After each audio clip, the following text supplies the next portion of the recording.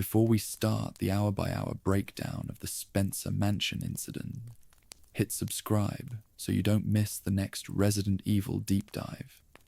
This is the complete timeline of the night Umbrella proved it could get away with murder. From the first ignored cannibalism reports in the Arklay Mountains, to the moment an elite police unit was deliberately fed into a bioweapons test, to the explosion that erased an entire crime scene from the map. Every cover-up, every betrayal, and every decision.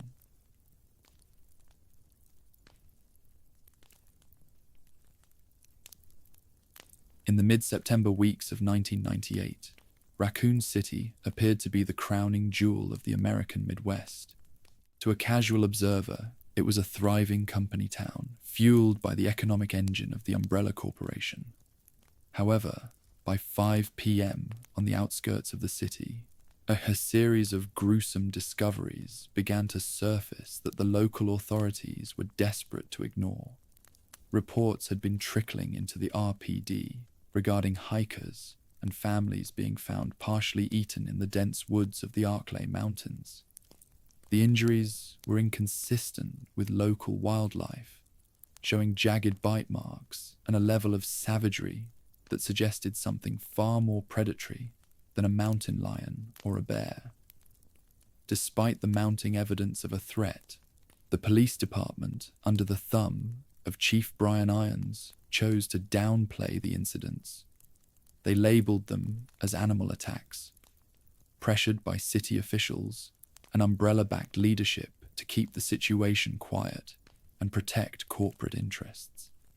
This institutional denial was the first step in a disaster that was already reaching critical mass.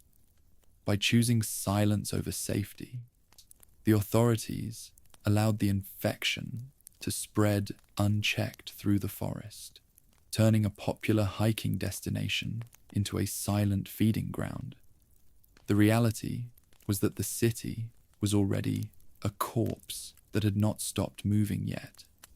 The groundwater had been compromised by a silent microscopic failure, seeping the T virus into the very foundations of the region weeks prior. While the public remained unaware, the homeless population and workers in the outskirts were already exhibiting signs of the virus. Chief Irons ensured that no official STARS teams were deployed yet, effectively allowing the viral load in the woods to multiply as more unsuspecting victims wandered into the trees. The Arklay Research Center, hidden beneath the ornate Spencer Mansion, she had become overwhelmed by the volume of biohazardous waste being pumped out of its laboratories. The first leaks were not spectacular explosions, but silent failures of containment that allowed the virus to seep into the local ecosystem. Crows, dogs, and even the plants began to mutate, creating a perimeter of death around the facility. At 5 p.m., as the sun began to dip behind the mountain peaks, the forest became an active combat zone where the line between man and monster was rapidly dissolving. The RPD continued to file away the missing person reports as statistical anomalies, unaware that the predators they were ignoring were biologically incapable of feeling pain or fear. The financial saturation of the city by Umbrella ensured that every level of municipal government, from the mayor's office to the RPD, acted as an extension of corporate interests. This ensured that no real investigation would take place until the violence became impossible to hide.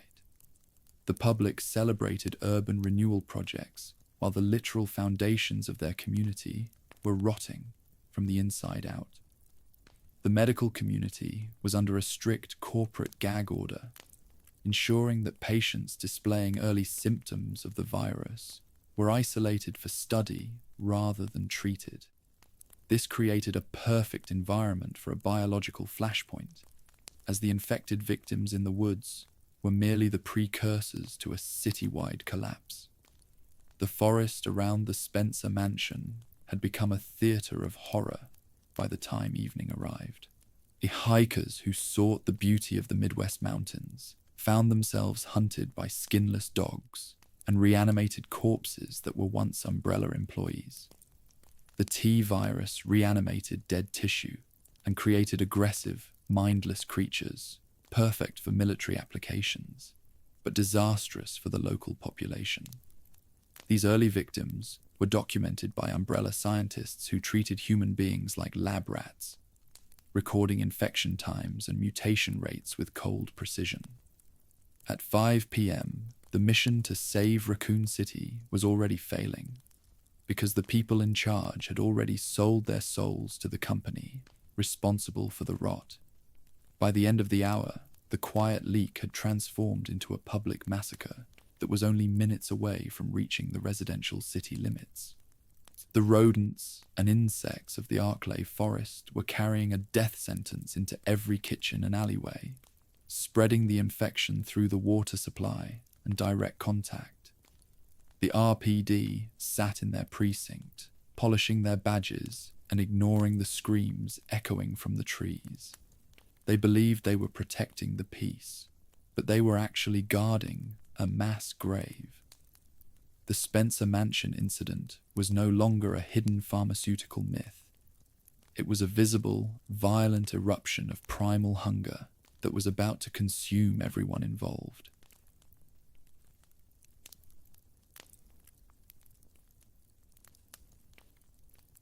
At 6 p.m., the RPD finally responded to the mounting pressure by deploying the Special Tactics and Rescue Service Bravo team.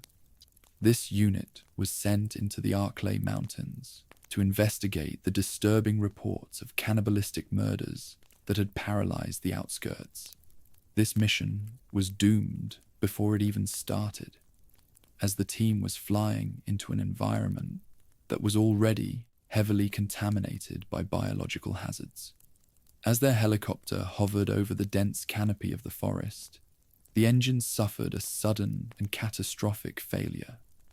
While bad luck was the official explanation, the reality of the Arklay environment suggested that the local wildlife or internal sabotage may have played a role.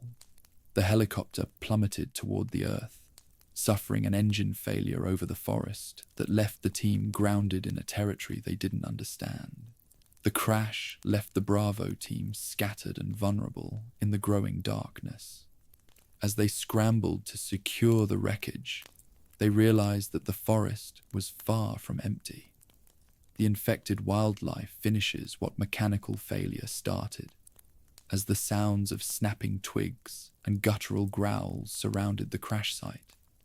The environment itself had been rewritten by the T-virus, turning the peaceful Arklay woods into a high-stakes testing ground for Umbrella's bioweapons. The mission quickly shifted from a police investigation to a desperate struggle for survival, as the team encountered creatures that defied all human logic. The thick forest muffled their calls for help, and their radio signals were increasingly jammed by the electromagnetic interference of the secret facilities nearby. As Bravo team navigated the treacherous terrain, they discovered a crashed military transport vehicle. Inside, they found the bodies of several military police officers, but the prisoner they were transporting was nowhere to be found. This discovery added another layer of tension to an already lethal situation. The team had to decide whether to hunt for a fugitive or defend themselves against the shambling shapes moving between the trees. Little did they know that the infection had already reached its symptomatic peak among the forest's residents, and every shadow held a potential predator biologically incapable of pain or fear. The team's medic, Rebecca Chambers, was forced to confront the reality of the virus much sooner than her colleagues, finding refuge in an abandoned train that was also a transit point for Umbrella's viral samples. The Bravo team's vanishing was not just a tragic accident. It was a calculated opportunity for Umbrella to observe how elite humans performed against their biological assets. The STARS members were treated like lab rats, their reactions and survival times documented by unseen observers. The helicopter's engine failure provided the perfect conditions for a field test in a confined, high-stress environment. While the team fought to regroup, they stumbled upon the back entrance of the Spencer mansion, unaware that the building was a sprawling complex filled with testing chambers and containment cells. The darkness of the forest was becoming a literal wall, trapping the officers in a perimeter of biological experiments. By 6:30 p.m., the Bravo team had effectively disappeared from the RPD's radar. Their last transmissions were filled with static and the sounds of gunfire, leaving the commanders at the precinct in a state of confusion. The STARS Alpha team was placed on high alert, but the delay in their deployment would prove fatal for many of their colleagues in the woods. The Arklay Forest had successfully swallowed a team of elite officers, proving that the thin veil of civilization was easily shredded by the horrors Umbrella had unleashed. The forest was no longer a wilderness. It was a lethal extension of the Arklay Research Center, where the T-virus was being perfected. The hour ended with the Bravo team splintered and retreating into the shadows of the mansion grounds. Officers like Kenneth Sullivan were forced to find shelter in the only structure visible through the trees, unaware that the mansion was designed to be a prison from which there was no easy escape. The mission had failed before the first officer even set foot on the ground, and the nightmare was only just beginning. The STARS Alpha team would soon descend into the same graveyard, following the trail of blood and smoke that led directly into the heart of the Umbrella bioweapons empire. The vanishing of Bravo team was the final signal that the Arklay Mountains had been transformed into a corporate killing floor.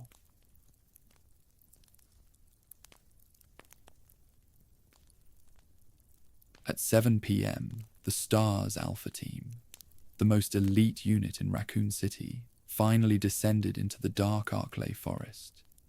Led by Albert Wesker, the team included Chris Redfield, Jill Valentine, and Barry Burton. Their objective was to locate the missing Bravo team and determine the cause of the radio silence. As their helicopter hovered over the forest, the team felt a palpable sense of dread.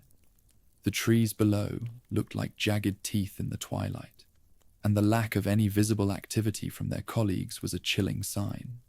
They spotted the smoke from the Bravo team's downed helicopter and landed nearby, hoping to find survivors among the wreckage. But they went looking for friends and found a graveyard instead. Upon reaching the crash site, Alpha Team found the Bravo helicopter abandoned and intact, but there were no bodies to be found in the immediate vicinity. The silence of the forest was absolute, a heavy stillness that suggested all the local wildlife had either fled or been consumed by something far more aggressive. Joseph Frost, the team's specialist, discovered a severed hand still gripping a handgun, a gruesome relic of the violence that had occurred only an hour earlier. The team realized they were not in a normal search and rescue scenario. They were in a zone where the rules of engagement had completely shifted from law enforcement to biological warfare. As the team fanned out to search for clues, they noticed that the air smelled of rotting meat and industrial chemicals, a scent that would later become synonymous with the fall of the city. The Alpha Team members were seasoned veterans, but nothing in their training had prepared them for the biological anomalies of the Arklay Mountains. Chris Redfield and Jill Valentine stayed close together, their flashlights cutting through the thick gloom that seemed to absorb the light. They were walking into a trap that had been set decades earlier by Umbrella's founders, and every step they took was being tracked by high-tech surveillance systems hidden in the trees. The search was interrupted by a low, guttural growl that seemed to come from all directions at once. The team realized they were being watched by predators that were biologically incapable of feeling pain. or fear. Wesker, the team leader, remained calm, his eyes hidden behind his signature sunglasses as he checked his watch. He was secretly monitoring the situation, verifying the combat data of his own teammates as they encountered the first wave of Umbrella's biological assets. The mission was a grand deception. An Alpha team was the final group of test subjects for the night, acting as organic calibration tools for a product they didn't know existed. By 7:15 p.m., the team found the first definitive signs of Bravo Team's fate. They discovered discarded gear and trails of blood that led toward the massive structure hidden in the trees, the Spencer Mansion. The forest was no longer a wilderness. It was an urban trap designed to herd the survivors toward a central point of containment. Every bad call and every ignored warning from the RPD had led them to this moment. The Alpha team was being funneled into a Victorian nightmare disguised as a corporate retreat, and their flight from the forest was merely the beginning of their incarceration. The hour ended with a sudden and violent confrontation. As Joseph Frost moved ahead of the group, he was caught in the open. The Alpha team was forced to witness a level of savagery they couldn't comprehend, as the forest itself seemed to turn against them. In the chaos, their helicopter pilot, Brad Vickers, she panicked and took off, leaving the team stranded on the ground. With the sounds of the pack closing in, the team fled toward the only light visible in the dark forest, the heavy front doors of the Spencer Mansion. They burst into the main hall and slammed the doors shut, unaware that they had just sealed themselves inside a sprawling complex of testing chambers.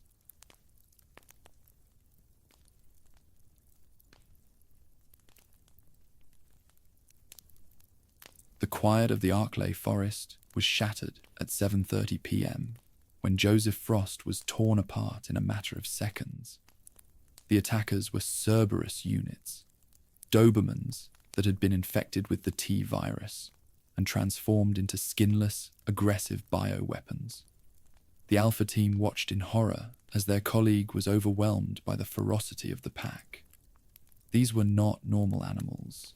They were engineered hunters that showed no reaction to pain and possessed a hunger that defied human logic.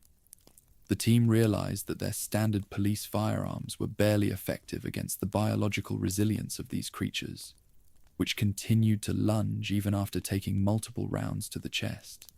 The survivors, Wesker, Jill, Chris, and Barry, fled through the dense woods, their adrenaline masking the exhaustion of the flight. Behind them, the sounds of snapping jaws and guttural snarls followed them through the dark.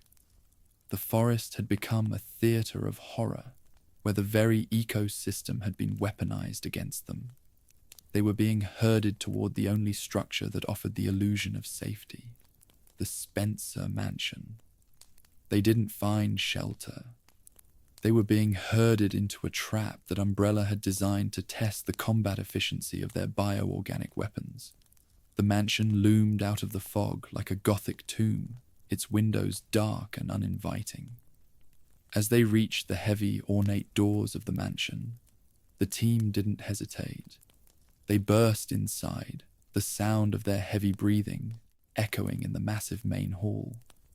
Wesker took command, slamming the doors shut and sliding the heavy bolts into place. Outside, the Cerberus dogs scratched at the wood and moaned, but they were unable to breach the thick stone walls of the mansion. The Alpha team was safe from the forest, but they were now isolated in a building that had been built on a foundation of secrets and mass graves. The transition from the organic chaos of the woods to the silent, oppressive atmosphere of the mansion was jarring. The main hall of the mansion was a sprawling complex filled with shadows and Victorian opulence. The team stood in the center of the hall, their flashlights illuminating the marble floors and the grand staircase. The air inside was still, lacking the wind of the forest, but it was filled with the metallic smell of blood and the chemical scent of the laboratories hidden deep below. They called out for the Bravo team, but no one answered. The mansion was a vertical hunting ground, and they were the latest occupants. Jill Valentine noticed that the silence inside the house was even more unsettling than the noise of the forest. Chris Redfield and Jill Valentine checked their ammunition, realizing that they had burned through much of their supplies during the flight through the woods. Barry Burton remained near the door, his eyes scanning the balconies for any sign of movement. Wesker remained impassive, his sunglasses hiding his eyes as he assessed the situation. He knew that the mansion wasn't just a mansion. It was a bioweapons research facility where the first zombies had been created and refined. The Alpha team was now standing on the very ground where the T-virus was being perfected as a masterpiece of biological engineering. By 7:45 p.m., the team realized that one of their members was missing in the chaos of the entry. Chris Redfield had disappeared during the flight or the entry, leaving Jill and Barry to wonder if he had been caught by the dogs or had entered a different part of the building. The isolation was a deliberate tactic of the mansion's design, which used secret passages and biometric locks to separate survivors. The architecture was designed to kill, and the Alpha team was the latest group to be tested by the ornate puzzle box of blood. They were no longer a cohesive unit. They were individual subjects in a lethal experiment.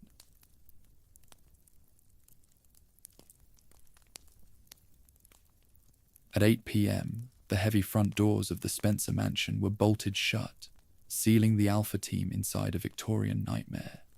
The team, Jill Valentine, Barry Burton, and Albert Wesker, found themselves isolated in the grand main hall. The building, designed by the architect George Trevor in the late 1960s, was not a home, but a front for Umbrella's first bioweapons research facility. Every ornate detail, from the patterned wallpaper to the marble statues, disguised a testing floor filled with containment cells and lethal experiments. The mansion isn't a home, it's a testing floor disguised with Victorian wallpaper. The team stood in the silence of the hall, the architecture itself designed to kill anyone who entered without authorization. Wesker ordered the team to investigate the dining room after hearing a single echoing gunshot from the west wing. As Jill and Barry moved toward the door, they realized that the mansion was already a corpse that had not stopped moving. The air was heavy with the scent of decay and the chemical ozone of the laboratory systems running deep below the fountain. The Alpha team was entering a theater of horror where the thin veil of civilization had been shredded by a pathogen that the public still believed was a pharmaceutical myth. Every step they took on the expensive rugs was a step closer to the heart of a corporate massacre. Inside the dining room, they found a grandfather clock ticking steadily, a jarring contrast to the violence they had just escaped in the forest. They discovered a pool of fresh blood on the floor near the fireplace, but there was no body. Jill's training as a STARS officer kicked in, her eyes scanning the room for tactical threats while her mind struggled to process the biological anomalies she had seen. They were walking through the heart of Umbrella's bioweapons program, where the T-virus had been refined and the first zombies had been created on live human subjects. The opulence of the room felt like a cruel joke in the face of the carnage they were investigating. The isolation of the team was a key feature of the mansion's design. Secret passages and hidden elevators allowed the mansion to shift and change, separating the survivors and funneling them towards specific combat scenarios. Wesker remained in the main hall, his impassive demeanor masking his secret monitoring of the group's performance. He was verifying the combat data of Jill and Barry, treating his own subordinates like lab rats in a controlled environment. The ultimate betrayal was standing right next to them, and the team had no idea that they were being evaluated as organic calibration tools for a multi-billion-dollar pharmaceutical empire. By 8:15 p.m., Jill pushed open the door to a narrow hallway and encountered the first zombie of the night. It was not a monster from a myth, but a former Umbrella researcher who had been consumed by the T-virus after it leaked into the mansion's ventilation system. The creature was hunched over the body of a fellow Bravo team officer, Kenneth Sullivan, tearing into his throat with a ferocity that defied human logic. This is where the police work ends and the nightmare begins. The sight of a dead colleague being consumed by a reanimated corpse was the final proof that the world they knew had ended at the mansion gates. The hour ended with Jill retreating into the dining room as the creature turned its milky white eyes toward her. She and Barry were forced to open fire, but the zombie continued to shuffle toward them, even after multiple hits to the chest. They were witnessing the lethality of the T-virus, a pathogen that reanimated dead tissue and destroyed higher brain functions, leaving only a primal hunger for flesh. The Spencer mansion was no longer a safe haven. It was a sprawling death trap where every shadow held a potential predator. They were now fully committed to a struggle for survival that would test every ounce of their training.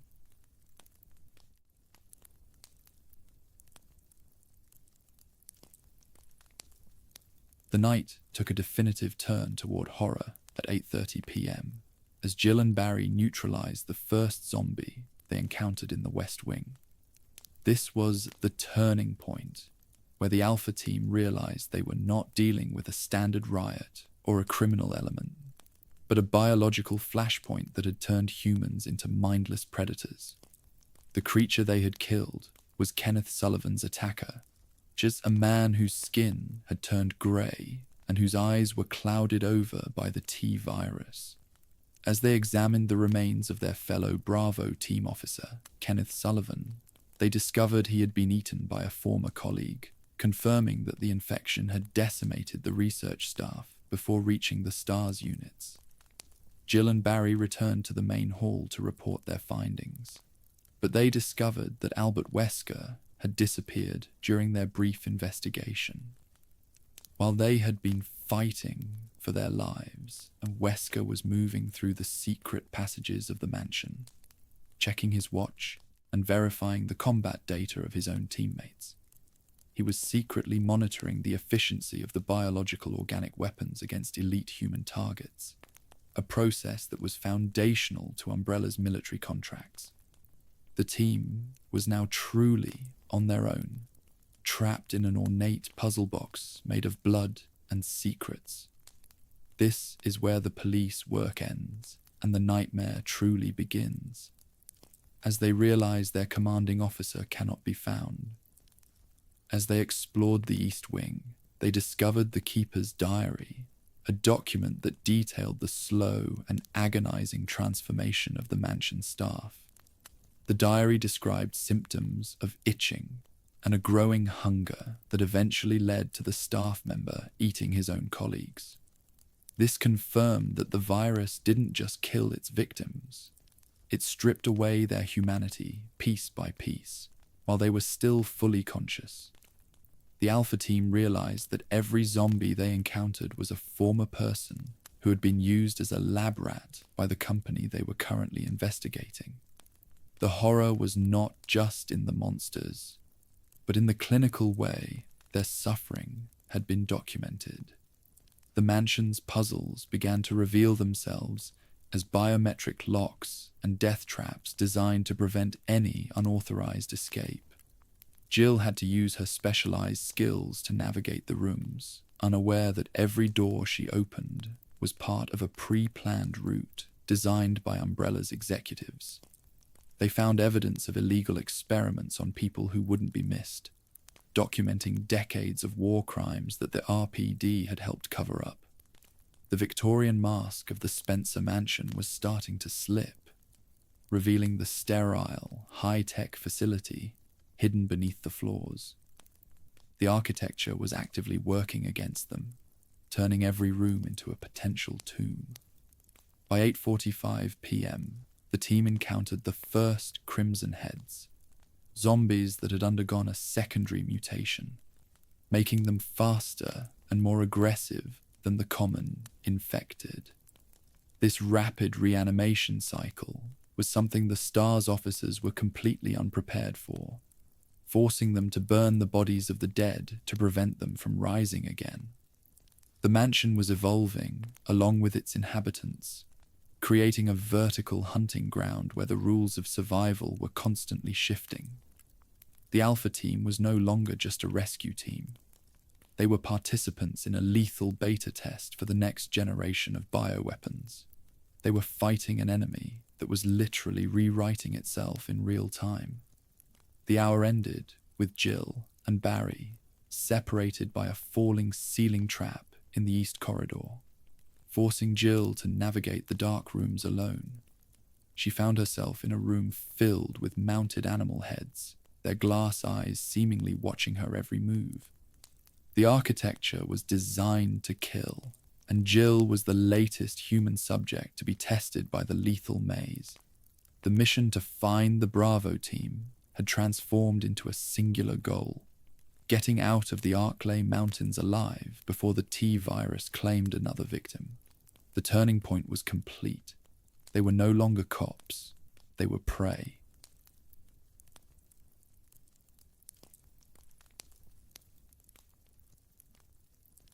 By 9 p.m., the atmosphere within the Spencer mansion had shifted from a state of frantic survival to one of deep, calculated dread.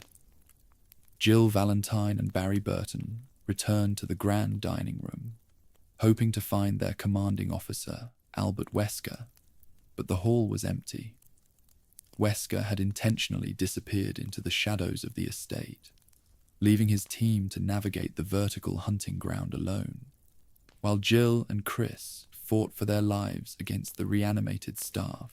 Wesker was checking his watch and verifying the combat data of his own teammates. He was not a man lost in the chaos. He was a scientist in the middle of an experiment. The ultimate betrayal was standing right next to them only an hour prior, and now that shadow in the sunglasses was moving through hidden maintenance corridors, reporting back to his true employers. Wesker's movement through the house was facilitated by his intimate knowledge of the Trevor family's original blueprints and the secret modifications made by Umbrella. He bypassed the death traps that were currently claiming the lives of the remaining Bravo team members, moving with a cold and clinical precision. He viewed the STARS Alpha team not as friends or colleagues, but as organic calibration tools. By observing how elite humans reacted to the T-virus mutations, he could provide Umbrella with the empirical data needed to market these bioorganic weapons to global militaries. To Wesker, the screams echoing through the ventilation shafts were merely data points in a larger corporate calculation. As Jill explored the second-floor balcony, she could feel the weight of an unseen gaze. The mansion was equipped with high-tech surveillance cameras hidden behind the eyes of mounted animal trophies and within the ornate carvings of the walls. Wesker sat in a remote monitoring room deep within the facility, watching the monitors as Jill struggled to solve a biometric lock. He was assessing her tactical efficiency and her psychological breaking point. She documenting the first time a human survivor successfully neutralized a specialized biological asset. This was the moment where the line between a police commander and a corporate assassin was permanently severed. The silence of the mansion at 9 p.m. was periodically broken by the sound of distant, muffled gunfire. Every bullet fired by the STARS officers was a metric of their survival instinct. Whisker knew that most of them wouldn't make it to dawn, and he was perfectly comfortable with that outcome. Their deaths would provide the final proof of the T-virus's lethality in a real-world combat scenario. He adjusted his sunglasses in the dim light of the surveillance hub, his face an impassive mask of corporate loyalty. The man who had led them into the forest was the very person ensuring they would never leave. Jill found a small, hidden study on the second floor that contained a portrait of the mansion's owner, Oswell Spencer. The eyes in the painting seemed to follow her, a chilling reminder of the surveillance state she was trapped in. She began to suspect that Wesker's disappearance was not an accident, as the logistics of his vanishing didn't align with a sudden attack. The seeds of doubt were beginning to grow, but the immediate threat of the infected prevented her from pursuing the truth. She was a rat in a maze, and the man who built the maze was watching her every move with a stopwatch in his hand. By the end of the hour, Wesker had confirmed that the Alpha team was outperforming the initial projections. This was good for business. He began the next phase of the protocol, which involved guiding the survivors toward the more advanced testing chambers in the outer buildings. He was playing a grand game of chess with human lives, moving the pieces to ensure the most valuable data was collected before the facility was sterilized. The shadow in the sunglasses was the true master of the Spencer Mansion, and the STARS officers were merely the latest casualties of his ambition.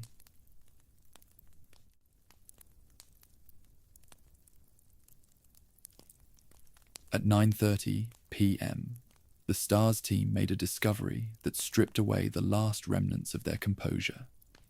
The Keeper's diary.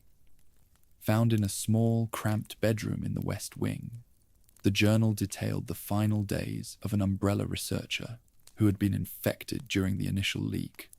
The entries began with mundane complaints about the heat and a strange skin irritation, but they quickly descended into a visceral account of biological rot. The team realized that the staff didn't just die in a sudden accident. They rotted away while fully conscious, their minds dissolving as the T-virus took hold.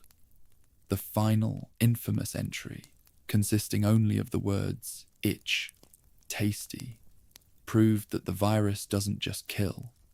It strips away humanity piece by piece until only hunger remains. Reading the diary provided a terrifying window into the symptomatic progression of the T-virus. The researcher described his skin falling off in clumps and the sudden, uncontrollable urge to consume the flesh of his own friends. For Jill and Chris, the horror was no longer just the monsters in the hallways, but the realization of what was happening inside their own bodies, if they were even scratched. Every encounter with the infected now carried the weight of a slow, agonizing transformation into the very things they were hunting. The diary was a testament to the clinical cruelty of Umbrella, which allowed its own employees to document their demise for the sake of research data. The atmospheric tension of the room where the diary was found was suffocating. The air smelled of old sweat and medicinal chemicals, and the walls were covered in scratches where the Keeper had tried to claw at his own skin. Leon Kennedy would later find similar accounts in Raccoon City, but the Keeper's diary was the first time the STARS officers understood the true nature of the enemy. This wasn't a riot or a rabies outbreak. It was a total biological rewrite of the human experience. The realization that the zombies were once colleagues and friends made every pull of the trigger feel like an execution rather than an act of self-defense. The team noticed that the journal mentioned a person named Scott, who had already turned and was being kept in a nearby closet. When they opened the door, the reanimated researcher lunged at them, confirming the diary's final, horrifying conclusion. The T-virus destroyed the higher brain functions, but left the motor skills and the digestive system intact, creating a perfect, tireless predator. The Alpha team began to look at the mansion's opulence with a newfound revulsion, seeing the Victorian wallpaper as a thin veil over a charnel house. Every piece of furniture and every ornate rug was a silent witness to a staff that had eaten itself to death in the dark. As they moved back into the corridor, the phrase, "itch, tasty," echoed in their minds like a curse. It represented the ultimate failure of science when stripped of ethics. Umbrella had created a pathogen that kept the body alive just long enough to ensure it could find its next host. The team began to check their own skin, the psychological pressure of the diary making every phantom itch feel like the beginning of the end. They were walking through a house where the walls were literally soaked in the blood of people who had been betrayed by the company they served. And the Stars officers were next on the menu. By 9:45 p.m., the reality of the infection had settled into their bones. They were no longer investigating a crime. They were trying to outrun a biological inevitability. The diary was left behind on the blood-stained desk, a grim warning to anyone else who might find their way into the mansion. The mission to save the Bravo team was now overshadowed by the desperate need to find a cure or an escape before their own humanity was stripped away. The Spencer mansion was a house of hunger, and the clock was ticking down on their survival.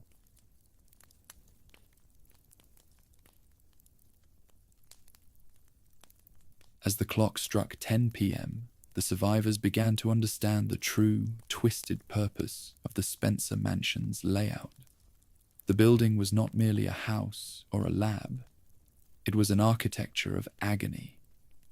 Jill Valentine discovered that the puzzles she had been solving, the elaborate gem locks, the shifting statues, and the musical scores, were actually biometric security measures and death traps.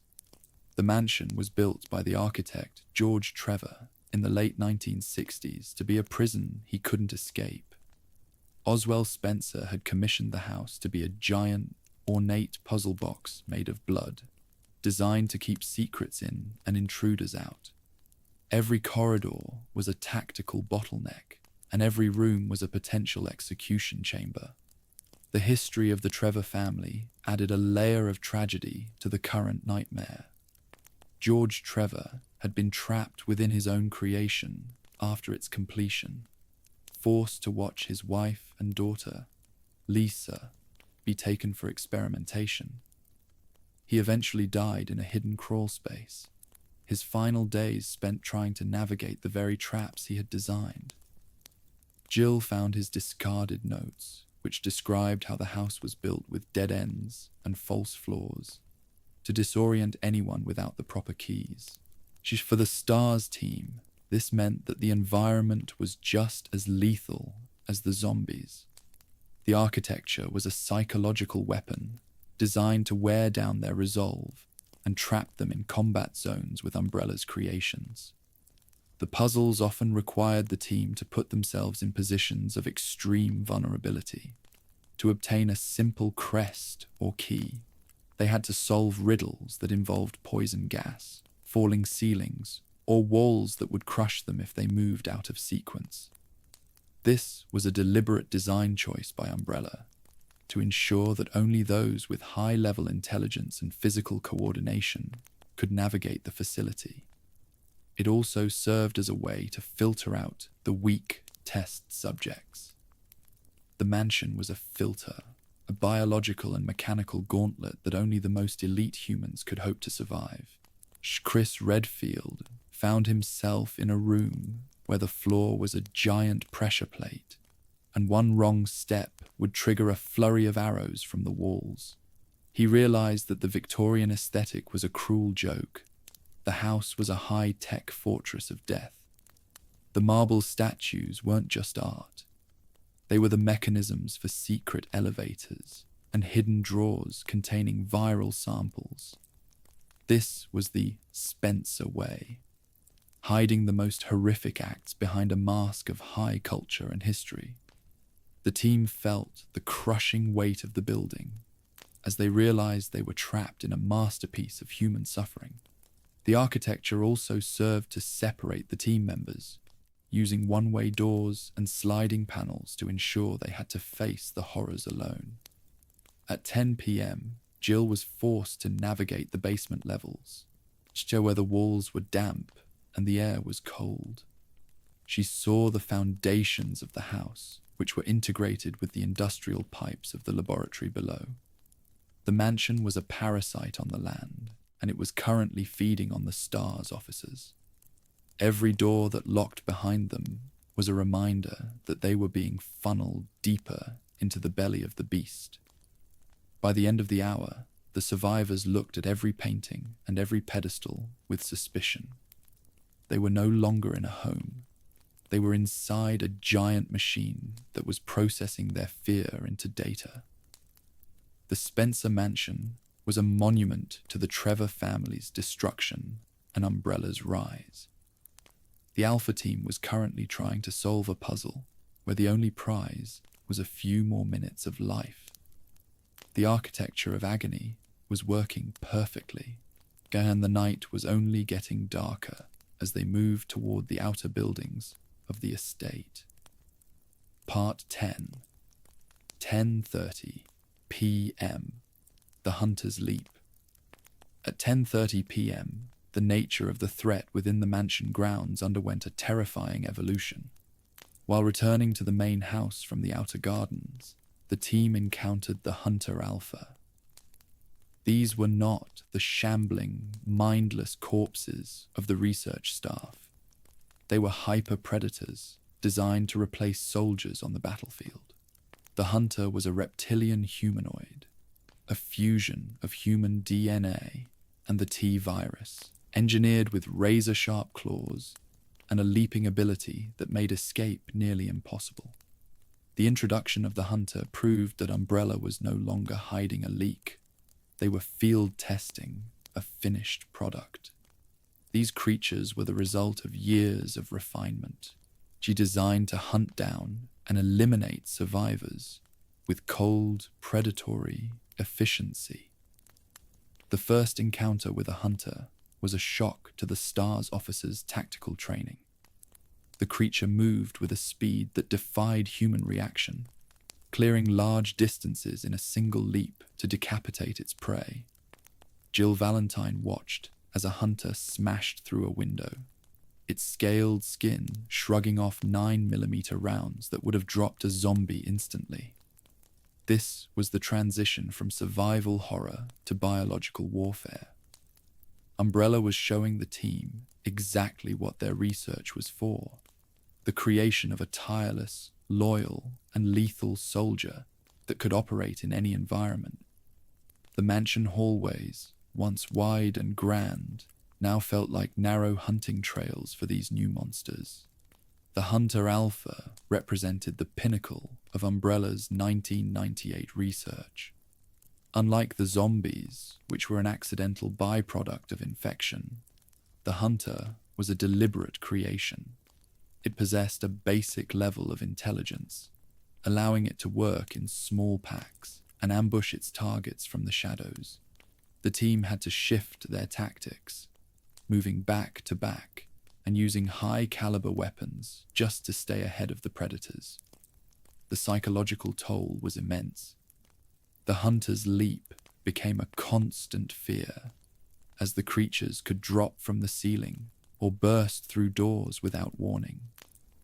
They were being hunted by something that was faster, stronger, and more lethal than any human opponent. Wesker, watching through the surveillance cameras, was particularly interested in this phase of the test. He recorded how the STARS officers adapted to the Hunter's speed, and how many rounds it took to neutralize a single unit. This was the combat data he needed to secure his future with his new employers. Every close call for Jill or Chris was a successful data point for the Hunter's marketing portfolio. The mansion had been turned into a live fire range, and the Stars team were the targets.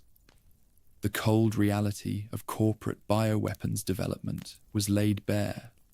The suffering of the officers was the price of progress. The presence of the hunters signaled that the cleanup phase was beginning. These creatures were often used to eliminate any remaining witnesses after a viral leak, ensuring that no one lived to tell the story of the disaster.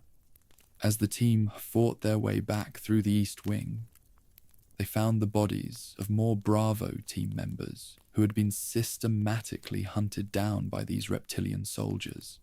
The forest was no longer just full of dogs. It was full of engineered assassins. The Alpha team realized that the T-virus was just the base layer of a much larger and more terrifying biological empire. By 10:45 p.m., the mansion was a vertical war zone. The sound of the hunters' claws clicking on the marble floors echoed through the hallways, a rhythmic countdown to the next confrontation. The team was exhausted, their ammunition running low, and their enemies were only getting stronger. The hunter's leap had redefined the night, proving that Umbrella's ambition was not just to kill, but to dominate the very concept of life. The survivors were no longer just trying to stay alive. They were trying to find a way to kill the future of warfare before it could leave the Arklay Mountains. Part 11, 11 p.m. The Barry Burton Paradox. As 11 p.m. arrived, a new and more personal threat began to emerge within the team. The Barry Burton Paradox. Barry, usually the most reliable and protective member of the Stars Alpha team, began acting strange and erratic. He would disappear for long stretches of time and was often found in rooms he had no business being in. Jill Valentine noticed the sweat on his brow and the way he avoided her gaze. We eventually learned the horrifying truth. Wesker was holding Barry's family hostage to ensure his cooperation. Even the good guys were being weaponized by Umbrella. Barry was caught in an impossible situation, forced to betray his friends to save his wife and daughters. The psychological pressure on Barry was a different kind of horror. While Jill and Chris faced monsters made of flesh and bone, Barry was facing a monster made of corporate leverage. Wesker used Barry to lead the others into traps and to destroy evidence that might incriminate the RPD or Umbrella. The Barry Burton paradox was the realization that in this house, even your best friend is a threat. The trust that held the Stars unit together was being systematically dismantled by the man who had built it. Barry's internal struggle was visible in every hesitation and every cryptic warning he gave to Jill. A man torn between his duty as a cop and his love as a father. This betrayal added a layer of paranoia to the mission. Jill began to wonder if the equipment Barry provided was sabotaged, or if the paths he suggested were deliberately chosen to lead her into the jaws of a hunter. Umbrella's reach extended into the very hearts of the people fighting against them. They didn't just create viruses, they created environments where morality was a luxury that no one could afford. Barry was a victim of the same systemic corruption that had allowed Chief Irons to sell out the city. He was a good man, forced to do evil things in a house that thrived on suffering. Wesker found great amusement in Barry's predicament. He treated Barry's loyalty and fear as just another set of variables to be managed. The paradox of a protector becoming a predator was a successful field test of psychological warfare. If Umbrella could break a man like Barry Burton, they could break anyone. The mansion was testing more than just physical combat. It was testing the limits of human integrity. Every time Barry looked at Jill, he saw the face of the person he was being forced to kill. And every time he looked at Weezer, he saw the man who held the lives of his children in his hands. The team's cohesion was failing at the exact moment they needed it most. Chris Redfield was still missing, in the lower levels, and Jill was left to wonder if Barry was really on her side. The isolation of the mansion was now psychological as well as physical. They were 3 people in a massive tomb, and at least one of them was working for the enemy. This was the true power of Umbrella. They didn't need to infect you with a virus to turn you into a monster. They just needed to find the one thing you couldn't afford to lose and hold it over the fire. By 11:30 p.m., the tension within the group had reached a breaking point. Shibari had been ordered to lead Jill toward the guardhouse, a secondary facility where the most volatile plant-based experiments were being kept. As they walked through the dark garden path, the silence between them was heavy with the weight of the secrets Barry was carrying. He gripped his .44 Magnum, a weapon that was now a symbol of his powerlessness. The night was no longer just about surviving the Arklay cannibals. It was about surviving the people you were supposed to trust with your life. Part 12, 11:30 p.m. The guardhouse infestation. At 11:30 p.m., the team moved away from the main mansion and into the outer buildings, specifically the guardhouse. Here, they found the guardhouse infestation, a nightmare of biological overgrowth that proved the T-virus could rewrite the entire ecosystem. They discovered plant 42, a massive, sentient botanical anomaly that had taken over the center of the building. Its vines moved like tentacles, and its core was a pulsating mass of viral energy that fed on the blood of anyone who ventured too close. The infection wasn't just in the people. It was in the soil, the water, and the very plants that surrounded the estate. Umbrella had successfully weaponized nature itself. The guardhouse was a claustrophobic maze of flooded rooms and overgrown corridors. The air was thick with toxic spores that made every breath a gamble. Jill and Barry found evidence that the plant life had been deliberately crossbred with viral strains to create a defensive perimeter that was both self-sustaining and lethal. This was green bio-organic weapon research, an attempt to create a living fortress that could regenerate from almost any damage. Plant 42 was the centerpiece of this effort, a creature that used the building's plumbing system as its nervous system. It was a visceral reminder that the T-virus didn't care about the species of its host. It only cared about expansion. Inside the guardhouse, the team found the bodies of more researchers who had been consumed by the vegetation. The plants were not just growing, they were hunting. Large Venus flytrap-like mutations hung from the ceilings, waiting for a heat signature to trigger their snap. The contrast between the Victorian mansion and this biological jungle was jarring. It showed the true range of Umbrella's ambition. They weren't just making a better soldier. They were making a world that was fundamentally hostile to traditional human life. The soil of the Arklay Mountains was now a breeding ground for a new, aggressive ecology that would eventually threaten the entire planet. To defeat Plant 42, Jill had to navigate the basement levels and create a specialized chemical compound known as V-Jolt. This required her to solve a complex puzzle involving chemical mixing and atmospheric pressure, all while being stalked by infected sharks in the flooded subfloors. The sharks, known as Neptune, were another example of Umbrella's aquatic bioweapon research. The facility was a global showcase of biological horror, covering land, water, and flora.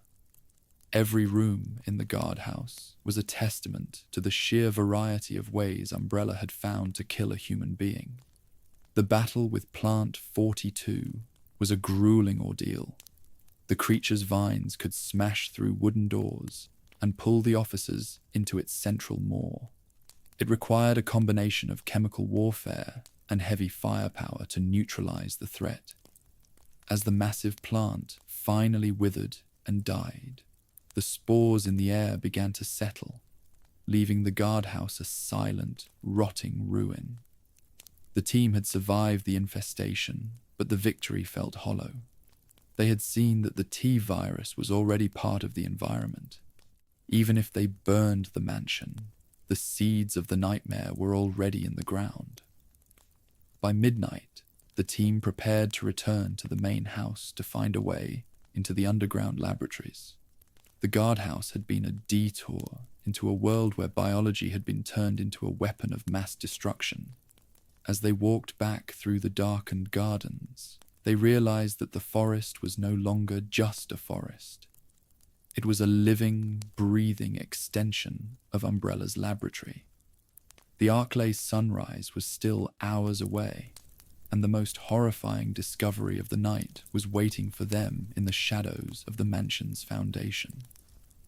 Part 13, 12. A.M. The Tragedy of Lisa Trevor. As the clock struck 12 a.m., marking the start of a new day, the survivors uncovered the most harrowing secret of the Arklay Research Center: the tragedy of Lisa Trevor. Deep within the stone foundations of the estate, they discovered a girl who had been experimented on for over 30 years. Lisa was the daughter of the mansion's architect, George Trevor. After the house was finished in 1967, she and her mother were abducted by Umbrella to ensure the building's secrets died with them. While her mother perished quickly, Lisa's body exhibited a terrifying, unique resilience to every viral strain Umbrella injected into her. She was a foundational test subject whose mutations influenced later virus research, serving as the unwilling crucible for the progenitor virus, the T virus, and the discovery of the G virus. The encounter with Lisa was a moment of pure psychological horror. She was no longer human, but a hunched, immortal being, wearing a mask stitched from the faces of her victims. She spent her nights wandering the basement and the forest, wailing for her mother and dragging a heavy wooden shackle behind her. She was the living embodiment of Umbrella's cruelty, a person who had been stripped of her identity and used as a biological sponge for decades. Leon Kennedy would later face monsters of immense scale, but Lisa Trevor represented a more intimate, persistent evil. She couldn't be killed by conventional means. Her body simply absorbed lead and regenerated at a cellular level, making her a permanent, agonizing resident of the mansion. The discovery of Lisa's shrine beneath the cabin revealed the depth of her suffering. She had collected the remains of her parents in a desperate attempt to reconstruct her family, creating a macabre altar in the damp darkness. This was the human cost of Umbrella's ambition. Lisa was not a soldier or a bioweapon by design. She was a mistake that the company chose to exploit until she became a god-like anomaly. The STARS officers realized that the monsters they were fighting were often victims of a corporate machine that didn't distinguish between a lab rat and a little girl. Lisa was the ghost of the Spencer mansion, a reminder that some things are scarier than death. The data gathered from Lisa's decades of torment was what allowed William Birkin to eventually isolate the G virus. Her body had naturally developed a parasite that could fuse with host DNA without killing it, a breakthrough that Umbrella valued more than the lives of the Trevor family. To the scientists in the lab, Lisa was not a person. She was asset number 703.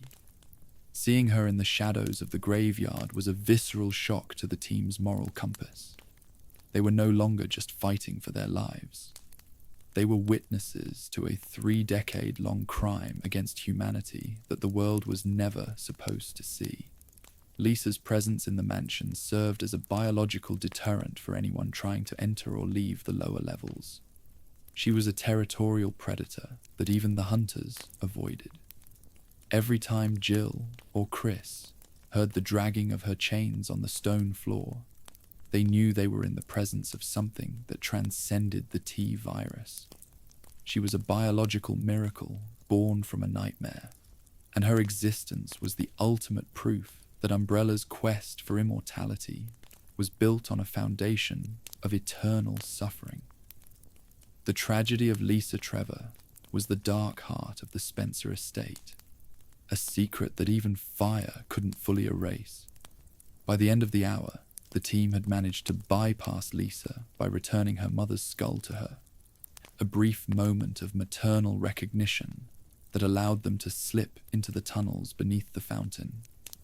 As Lisa wailed and retreated into the darkness, the survivors felt a sense of hollow victory. They had escaped the girl, but they could never escape the knowledge of what had been done to her. The Arklay Mountains were a tomb for the Trevor family, and the STARS officers were now descending into the very labs where that family had been dismantled piece by piece. Part 14, 12:30 a.m. The lab door opens. At 12:30 a.m., the survivors moved past the ornate puzzles of the upper house and triggered the mechanism that revealed the secret entrance to the underground labs. Beneath the stone fountain in the courtyard, a high-tech elevator descended into a hidden world of glass and steel. The contrast between the dusty, Victorian mansion and the sterile, brightly lit laboratory was jarring. The Victorian mask had finally slipped, exposing the cold, industrial heart of the Umbrella Corporation. This was the Arklay Research Center, a multi-level subterranean fortress where the T-virus had been perfected and where the company's most illegal experiments were conducted away from the eyes of the world. Walking into the lab was like entering a different century. The air was filtered and recycled, smelling of disinfectant and cold machinery rather than the rot and wood of the house above. Leon Kennedy would later see the massive nest in Raccoon City, but this facility was the prototype. It was here that Albert Wesker and William Birkin had spent their youth, pushing the boundaries of biological science at the cost of thousands of lives. The survivors saw observation windows looking into incubation chambers, where the next generation of bioweapons were being grown in vats of green fluid. The lab was a testament to the fact that the mansion above was merely a facade, a testing floor designed to hide the truth. The lab was filled with the bodies of the scientists who had stayed behind to monitor the leak. Many had been killed by the very creatures they were studying, while others had been executed by Umbrella's security teams to prevent the spread of information. The survivors found computer terminals that were still operational, displaying infection maps and mutation logs that documented the collapse of the facility in real time. They realized that the accident in the mansion was a calculated failure, a way for the company to observe their products in a live environment.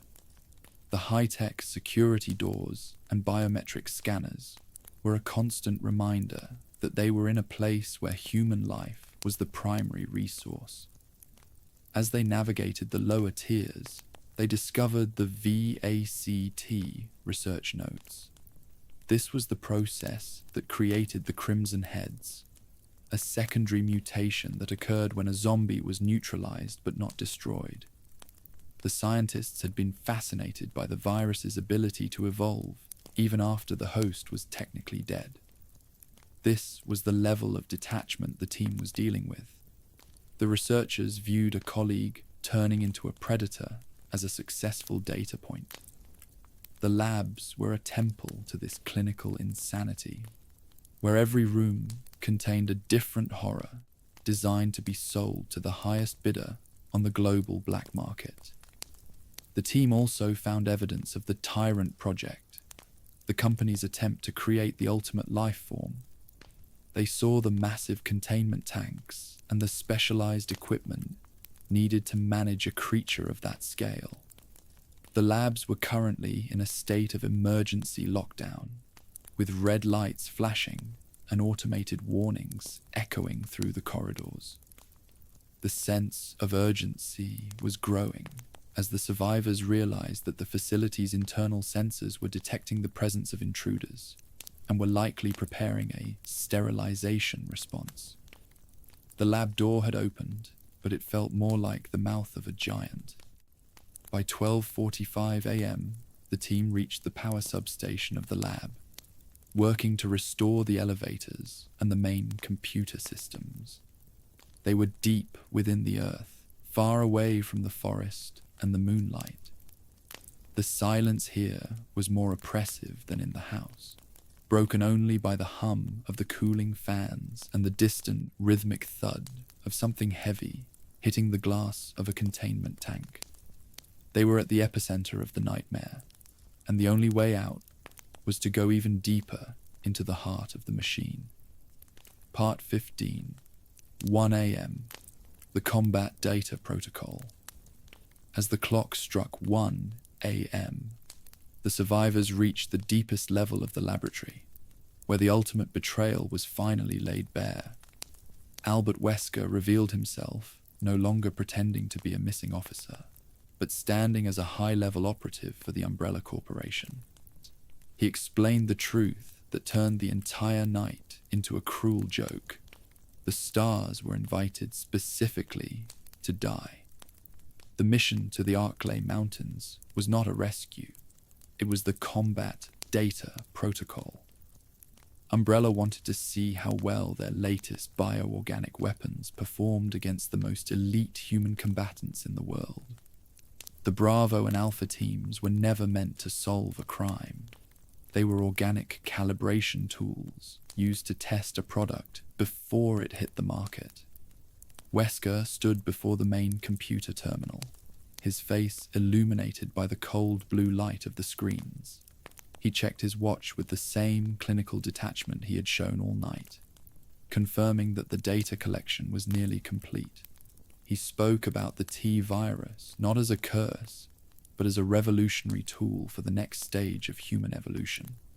To Wesker, the deaths of Joseph Frost, Kenneth Sullivan, and the others were necessary sacrifices for the sake of scientific advancement. He had orchestrated the entire night, from the helicopter failure to the isolation of the team members, all to ensure that Umbrella received the most accurate combat metrics possible. The revelation was a crushing blow to the survivors' sense of duty. They had spent the night fighting for their lives and the lives of their friends, only to find out that their struggle was exactly what the enemy wanted. Their bravery, their tactical skill, and even their fear were all being recorded and analyzed by corporate auditors. Wesker's sunglasses were a symbol of this detachment. He had looked at his friends and seen only variables in an equation. He was the architect of their suffering, a man who had sold out his own unit for a promotion within the corporate hierarchy of a pharmaceutical empire. Wesker also revealed his plan to defect from Umbrella, using the combat data of the stars as a bargaining chip to secure a position with a rival organization. He was a double agent who had used everyone as a stepping stone to his own transcendence. The lab was the stage for his final act, a place where he would prove his worth by neutralizing the very team he had trained. The Combat Data Protocol was his masterpiece, a perfect fusion of biological warfare and corporate espionage. He looked at Jill and Chris not as colleagues, but as the final obstacles in his path to godhood. The survivors realized that the RPD, the city government, and the STARS unit itself were all compromised by Umbrella's influence. Beyond there was no one to call for help, and no way to report the crimes they had witnessed. They were alone in the dark, facing a man who had biologically and psychologically outplayed them at every turn. Wesker began the initialization sequence for the lab's final project, his fingers moving across the keyboard with a terrifying precision. He was ready to show them the result of all the death and data he had collected over the last 8 hours. By 1:15 a.m., the atmosphere in the lab was one of absolute tension. Wesker turned toward the massive containment tank at the center of the room, a smirk playing on his lips. He had everything he needed. The stars had provided the combat data. Lisa Trevor had provided the genetic foundation, and the T-virus had provided the power. Now it was time for the final evaluation. The combat data protocol was entering its final phase, and the result was about to be unleashed from its glass cage. Part 16. 1:30 a.m. The ultimate life form. At 1:30 a.m., the heart of the Arklay Research Center was illuminated by the awakening of the Tyrant T-002. This was the peak of Umbrella's 1998 research, a massive genetically engineered soldier designed to be the ultimate life form. Standing over 8 feet tall with a visible, external heart and a massive claw for a hand, the Tyrant was the heartless, perfect soldier that Oswell Spencer had dreamed of. Wesker released the creature from its containment tank, believing he could control the god he had helped create. This was what all the death, the puzzles, and the combat data had been for. The birth of a creature that could replace an entire battalion of human soldiers. The Tyrant was the result of a rare genetic compatibility with the T-virus that allowed the host to retain its size and strength without descending into the mindless state of a zombie. It was a masterpiece of biological engineering, a being that felt no pain, followed no morals, and possessed a singular drive to eliminate its target. As the glass shattered and the green fluid drained away, the Tyrant took its first breath in the sterile air of the lab. Wesker stood before it, triumphant, presenting the STARS survivors as the creature's first live combat test. He expected the Tyrant to acknowledge its creator, but he had underestimated the volatile nature of the G-virus influence and the sheer aggression of the T-002 model. The ultimate life form did not recognize Wesker's authority. In a moment of visceral irony, the Tyrant lunged at its master, its massive claw impaling Wesker through the chest. The man who had spent the night treating everyone as lab rats was suddenly the first victim of his own creation. As Wesker collapsed, the Tyrant turned its milky white eyes toward the remaining survivors. This was the final boss of the Arklay nightmare, a creature that moved with a terrifying, rhythmic speed and possessed the strength to smash through reinforced steel. The lab, once a place of controlled research, was now a slaughterhouse where the creator had been consumed by the creation. Jill and Chris were forced into a desperate battle for survival in the cramped confines of the laboratory. The Tyrant's heart beat with a heavy, wet thud that echoed through the room, a sound that symbolized the relentless power of the virus. Every shot they fired seemed to do little more than slow the creature down. They had to use the environment to their advantage, navigating around the heavy machinery and the fallen computers to stay out of reach of the Tyrant's claw. This was the ultimate test of their tactical efficiency, a fight where a single mistake would mean an immediate, violent death. The battle with the Tyrant represented the failure of Umbrella's attempt to play God. They had created something that was perfect at killing, but impossible to lead. The T-002 was a mindless engine of destruction, a biological dead end that proved the company's ambition had far outstripped its control. As the survivors managed to temporarily incapacitate the beast, the facility's sirens began to wail with a new, more frantic urgency. The death of Wesker and the damage to the containment systems had triggered the final fail-safe. The lab was no longer a place of research. It was a ticking time bomb. By 1:45 a.m., the Tyrant lay still on the laboratory floor, but the victory was short-lived. The self-destruct sequence had been initiated, and the sounds of the facility's foundations cracking began to echo through the tunnels. The survivors had faced the ultimate life form and lived, but now they had to outrun the fire that was meant to erase all traces of it. They ran for the elevator, leaving the impaled body of their commander and the resting monster behind, unaware that the nightmare had one final, explosive evolution waiting for them on the surface. Part 17, 2 a.m. The Grand Deception. As the clock struck 2 a.m., the true depth of Albert Wesker's ambition was revealed in the Grand Deception. While he lay impaled and seemingly dead on the laboratory floor, his body was undergoing a silent, miraculous transformation. Before the confrontation with the Tyrant, Wesker had injected himself with a prototype virus provided by William Birkin, a strain designed to jump-start the body's regenerative systems in the event of a fatal injury. Wesker's death was his greatest promotion.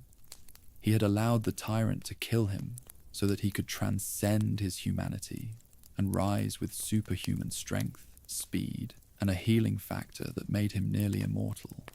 He was planning to leave the mansion as something more than a man, while the building and his former team burned to ash. Just the deception was total. Wesker had used Umbrella, the STARS unit, and even the Tyrant as pawns in a larger game to secure his own future. He had already transferred the combat data to an external server, ensuring that even if the lab was destroyed, his leverage remained intact.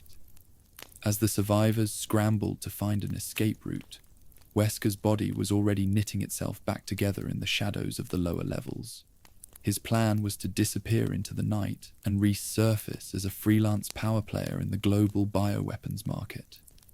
He had orchestrated the destruction of his own past to clear the way for a future where he was the ultimate authority.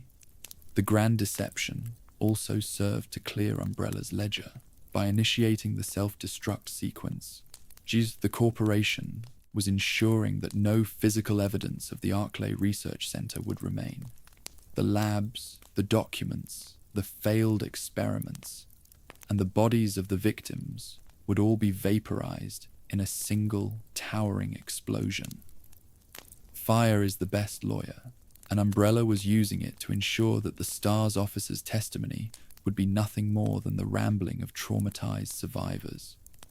The company was willing to sacrifice millions of dollars in infrastructure just to maintain the secret of their biological warfare program. Wesker's betrayal was not just a personal one. It was a systemic failure of trust.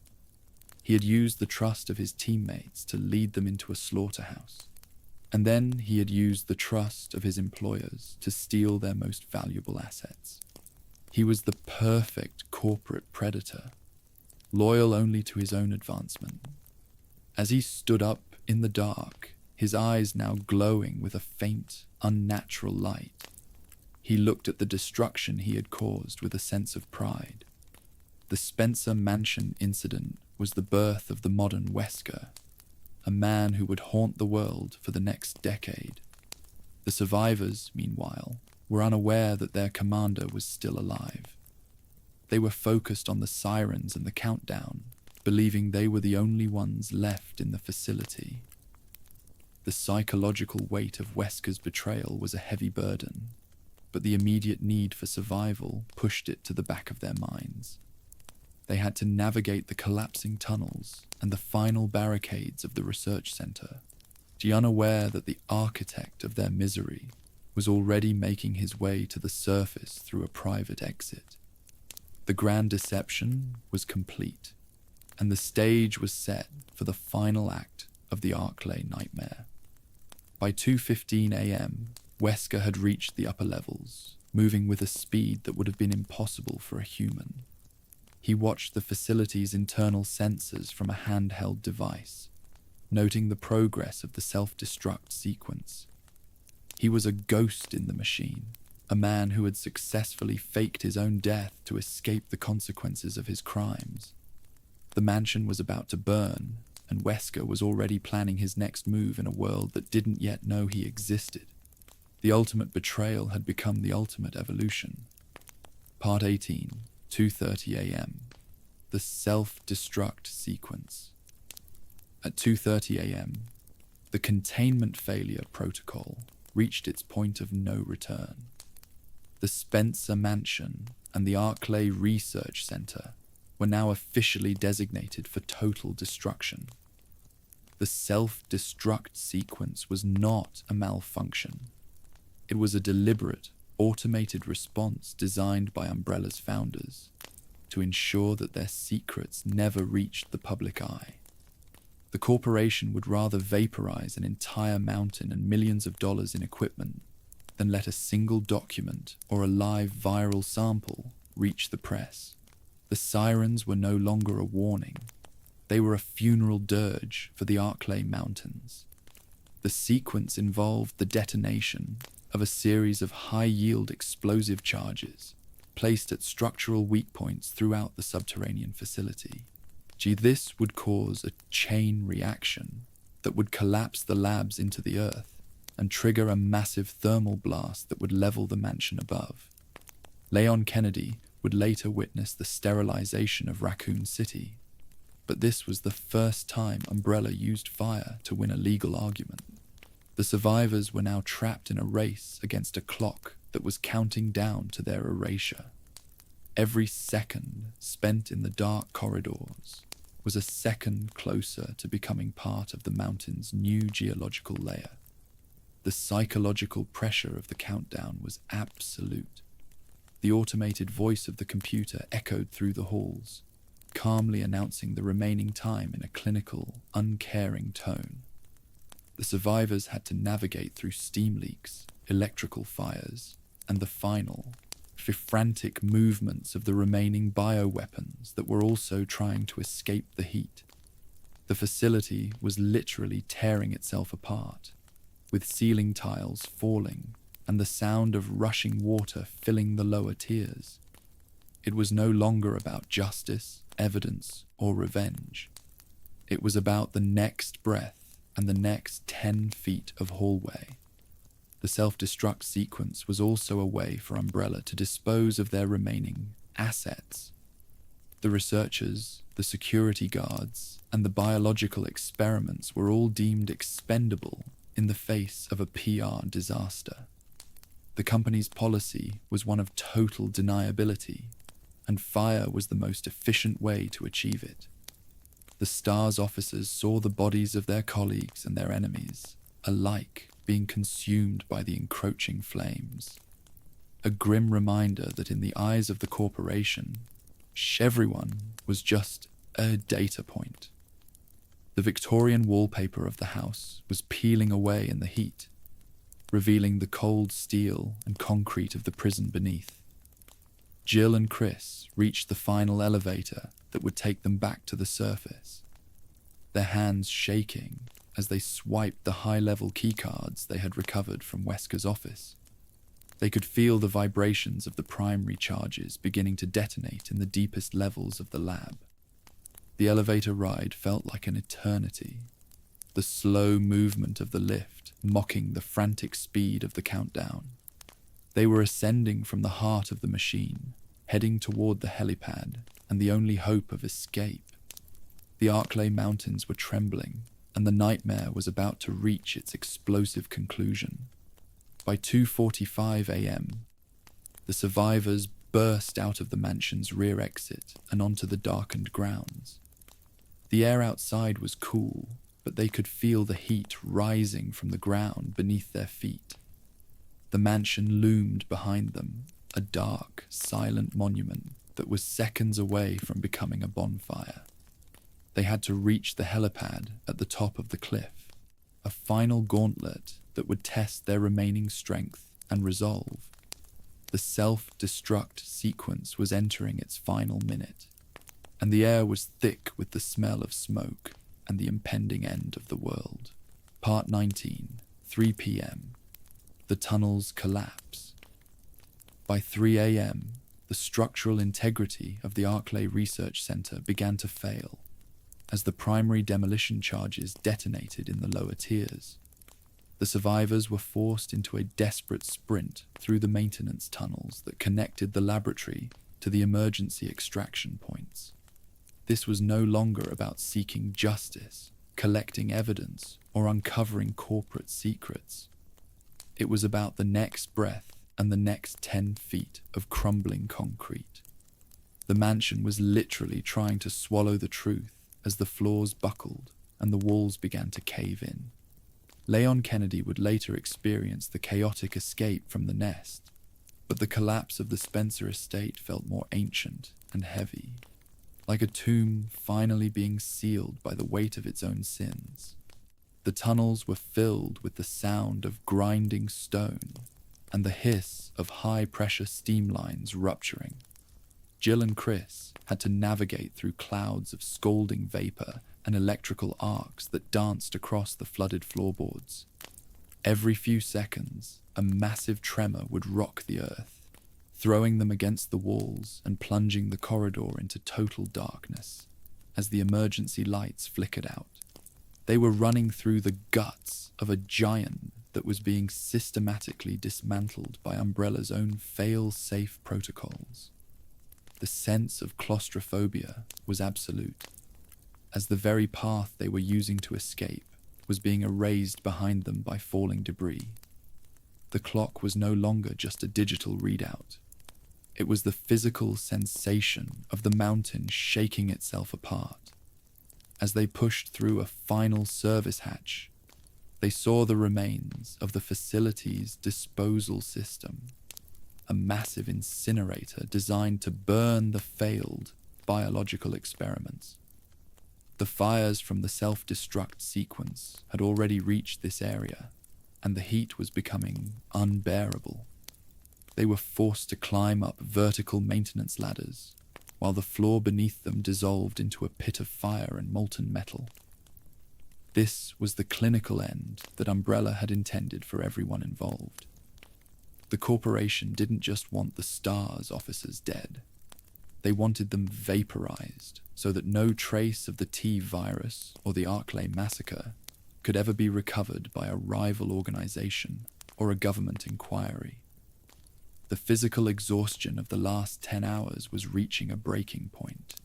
Their movements were heavy, their lungs burned from the smoke, and their vision was blurred by the sweat and blood dripping into their eyes. They were moving on pure adrenaline, a biological survival instinct that was being tested to its absolute limit. They passed the bodies of researchers who had been crushed by the collapsing ceiling, a grim reminder that even the people who built this place weren't safe from its end. The mansion was a machine designed to kill, and in its final moments, it was performing its function with terrifying efficiency. Every step toward the surface was a victory against a building that was trying to bury them alive.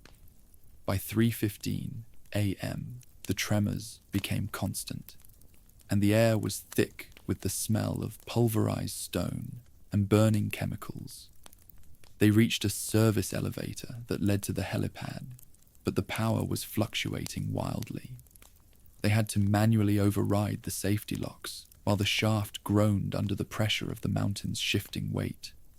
This was the final bottleneck, a narrow throat of steel and wire that stood between them and the open air.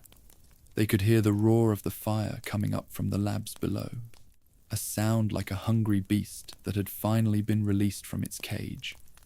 The mission was down to seconds, and the reality of their isolation was sharper than ever. They burst out of the elevator into the cool night air of the upper cliffside, but the ground beneath them was still trembling. The helipad was a small concrete island, surrounded by a forest that was already beginning to glow from the fires beneath the surface. They were out of the tunnels, but they weren't safe yet. The nightmare was reaching its explosive climax, and the survivors were standing on the very edge of the blast zone. The Arklay sunrise was still an hour away, and the darkness was about to be broken by a flash of light that would change the history of the world forever. Part 20, 3:30 a.m. The helipad signal. At 3:30 a.m., the survivors reached the emergency helipad located on a high plateau overlooking the burning Spencer estate. The night air was clear, but the ground beneath the concrete pad was trembling with an intensity that suggested the final detonation was only minutes away. Jill and Chris stood in the center of the pad, their silhouettes cast in a long, flickering orange light from the fires consuming the mansion below.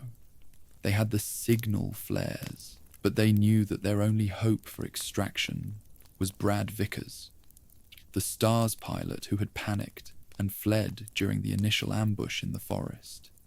It was a moment of profound vulnerability. If Brad didn't return, they would be vaporized along with the evidence of Umbrella's crimes. Jill ignited the first flare, the brilliant red light cutting through the thick mountain fog. The smoke from the mansion was beginning to rise in a massive black column that blocked out the stars, creating a localized storm of heat and ash. They waited in the silence of the high altitude, the only sound being the distant roar of the laboratory's self-destruct sequence. They were exhausted, their weapons empty, and their hope was pinned on a man they had every reason to doubt. The helipad was the last exit before the end of the world, a small square of concrete that felt like the loneliest place on Earth. The ground continued to heave as the secondary explosive charges in the lower labs began to trigger. Huge fissures opened in the cliffs around the helipad, and the sound of falling rock echoed through the valley. It felt as though the mountain itself was being hollowed out. They scanned the horizon, searching for the navigation lights of the STARS helicopter. At 3:35 a.m., the faint, rhythmic thumping of rotor blades began to echo off the canyon walls. Brad Vickers had overcome his fear and was returning for his team, his silhouette finally appearing against the backdrop of the rising smoke. It was a reprieve that felt like a miracle, but the night wasn't finished with them yet. As the helicopter banked to approach the pad, a massive shockwave hit the cliff. The mansion's main hall had finally collapsed into the laboratories, triggering a massive thermal eruption. The helicopter was buffeted by the rising heat, struggling to maintain a steady hover as Brad tried to bring the machine down for a landing. The survivors realized that the fire was not just destroying the evidence, it was actively trying to knock them off the mountain. The air was now a thick soup of soot and toxic fumes, making every breath a struggle as they waited for the skids to touch the concrete. Just as the helicopter began its final descent, the concrete of the helipad cracked. The T-002 Tyrant, which they had believed was neutralized in the lab, burst through the floor of the pad in a final, violent evolution. The creature had survived the initial explosion and had clawed its way through hundreds of feet of debris to reach its targets. This was the final stand of the biological organic weapon, a being that was biologically incapable of giving up. The helicopter was forced to pull back, and the survivors were once again trapped on the ground with the ultimate life form as the mountain crumbled beneath them. The hour ended with the survivors facing the Tyrant in the open air, the light of the burning mansion illuminating the creature's exposed heart and massive claw. They were out of time and out of options. The helipad had become a final arena where the future of biological warfare would be decided. Brad Vickers circled above, throwing down a specialized equipment case that contained their only hope for victory. The air was clear for the pilot, but for Jill and Chris, the ground was a war zone of fire and stone. They had to finish the fight before the mountain finally gave way. Part 21, 4 a.m. The rocket launcher. By 4 a.m., the confrontation on the helipad reached its final explosive stage. The Tyrant T-002 moved with a lethal, rhythmic speed across the cracked concrete, its massive claw sparking against the ground as it lunged for the survivors. Jill and Chris were using the last of their strength to dodge the creature's attacks, but they were running on fumes. Brad Vickers, hovering above in the Stars helicopter, realized that standard firearms would never stop a creature of this scale before the mountain collapsed. He kicked a heavy, military-grade equipment case out of the side door, which skidded across the pad toward the team. Inside was a high-explosive rocket launcher, an asset that Brad had managed to secure from the RPD armory before the mission. The rocket launcher represented the final escalation of the night. It took a military-grade explosion to stop a corporate project of this magnitude. Chris Redfield scrambled for the weapon, sliding across the blood-stained concrete as the Tyrant's claw narrowly missed his head. He hoisted the heavy tube onto his shoulder, his hands shaking from the adrenaline and the cold mountain wind. This was the moment where the data collection ended. There was no more observing, no more calibration, and no more corporate espionage. There was only the raw power of a high-explosive projectile aimed at the heart of the nightmare. As Chris took aim, the Tyrant roared, a sound that was more mechanical than human, a vocalization of the T-virus's absolute aggression. The creature began its final charge, its external heart pumping frantically as it prepared to end the witnesses once and for all. Chris pulled the trigger, and the rocket streaked across the helipad in a blur of smoke and fire. The impact was direct, hitting the Tyrant squarely in its exposed chest. A massive explosion consumed the creature, tearing its genetically engineered body into 1,000 pieces of charred flesh. A $100 million asset was destroyed by a single rookie's aim and a desperate pilot's intervention. The silence that followed the explosion was sudden and jarring. The remains of the Tyrant rained down on the helipad as burning debris, leaving only a scorched crater where the ultimate life form had stood seconds before. The threat was finally neutralized, but the victory felt hollow. They had used a weapon of war to end a creature of science, and the cost had been the lives of nearly their entire unit. They didn't have time to mourn as the helipad began to tilt dangerously into the abyss. Brad brought the helicopter down for a literal 5-second landing, and the survivors scrambled on board as the concrete began to slide. As the helicopter pulled away from the cliff, the survivors looked down at the Arklay Mountains for the last time. They saw the fires from the mansion spreading through the trees, a ring of orange light that looked like a crown of thorns on the landscape. They were safe in the air, but the weight of what they had seen was beginning to settle on them. They were the only ones who knew the truth about Lisa Trevor, the laboratories, and the man who had sold them out.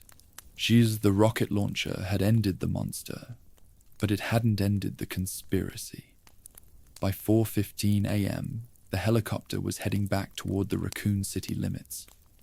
The survivors sat in the back of the bay, their eyes fixed on the horizon where the first hint of grey light was appearing. They were covered in the dust of the mansion and the blood of their friends, a living testament to a disaster that was about to be erased from the history books. The rocket launcher was empty, their uniforms were shredded, and their careers as STARS officers were effectively over. They were survivors of the Arklay Mountains, but they were about to enter a city that was biologically and politically incapable of believing their story. Part 22, 4:30 a.m., the Arklay sunrise. At 4:30 a.m., with the final stage of the self-destruct sequence was completed, and the Arklay Mountains were rocked by a series of massive subterranean explosions.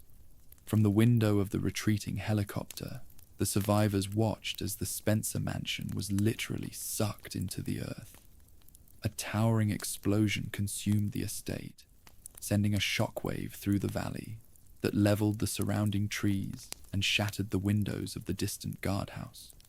The labs, the bodies, the documents, and the Trevor family's legacy were all erased in a single, sustained blast of thermal energy. The evidence was now ash, and the mountain was a silent, smoking crater in the early morning light. The sunrise began to break over the peaks, casting a cold, pale light on the destruction. It was a beautiful, tragic sight that mocked the horrors of the night. Jill and Chris sat in silence, watching the smoke rise from the ruins of the facility. They realized that Umbrella's sterilization protocol had worked perfectly. By the time any government investigators or news crews reached the site, there would be nothing left but scorched earth and melted steel. The corporation had successfully burned its own past to protect its future. The Arklay sunrise was not a symbol of hope. It was the final curtain on a mass murder that was being wiped from the record. The survivors felt a profound sense of loss as they watched the forest burn. They knew that the names of their fallen comrades, Joseph, Kenneth, Forrest, and Richard, would be forgotten by a public that was never told the truth. They were the only witnesses to a secret history of biological warfare that had been happening in their own backyard for 30 years. The sense of isolation was growing as they realized that the world they were returning to was the same world that had allowed Umbrella to flourish. The sunrise didn't feel like a beginning. It felt like the morning after a funeral where the body had been stolen. As the helicopter moved further away, the scale of the explosion became even more apparent. The entire side of the mountain had been altered, a permanent scar on the landscape of the Midwest. Leon Kennedy would later see the total destruction of Raccoon City, but this was the first time the STARS officers saw the absolute power of corporate deniability. Umbrella was willing to sacrifice millions of dollars in infrastructure just to ensure that their pharmaceutical myth remained a secret. The fire had been the best lawyer the company ever had, and it had won the case before the survivors could even reach the city limits. The survivors began to realize the tactical implications of the blast. With the laboratories gone, there was no way to prove that the T-virus was a man-made weapon.